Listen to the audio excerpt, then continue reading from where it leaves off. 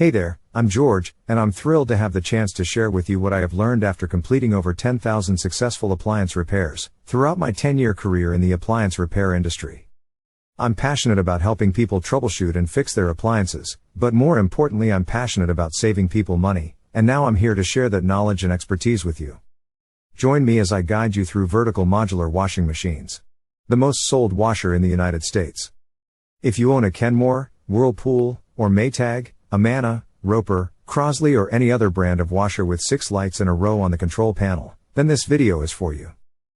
Let's start by addressing the flashing lid lock light. You might be tempted to rush out and buy a new lid lock switch, but hold on. Before taking that step, it's crucial to understand that the lid lock light will flash for any problem the washer encounters. So, let's not buy any parts, get out any tools, or call anyone just yet, until we run the self-diagnostic test mode. Instead, we recommend running a diagnostics test to retrieve the saved error code. This test will give you valuable insights into the real cause of the problem and pinpoint the issue for you. It's like unlocking the secret language of your washer. In this video, we'll show you step by step how to display those saved error codes. What is calibration mode on a washer? Calibration mode is simply factory resetting your washer. It is recommended by manufacturers to run calibration mode anytime you replace parts on the washer or relocate it. If you're having washer troubles, then you would want to try recalibrating it before you do anything else.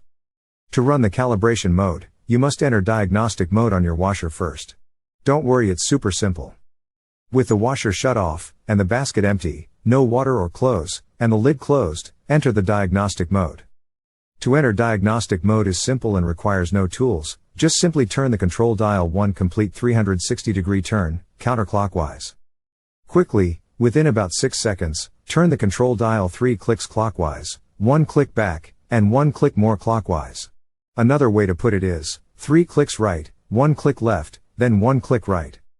All the green status lights blink when you successfully activate the diagnostic mode.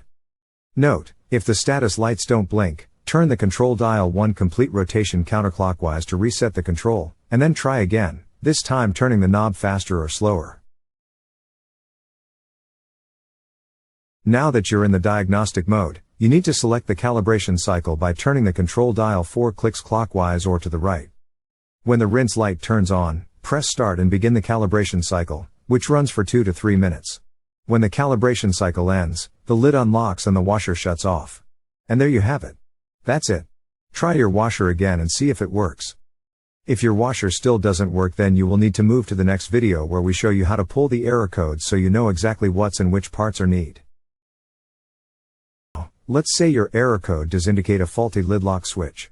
Don't worry, we've got you covered. We have a video that demonstrates how to replace the lid lock switch effectively. When these washers encounter issues, the water pump, shift actuator, or lid lock is usually to blame.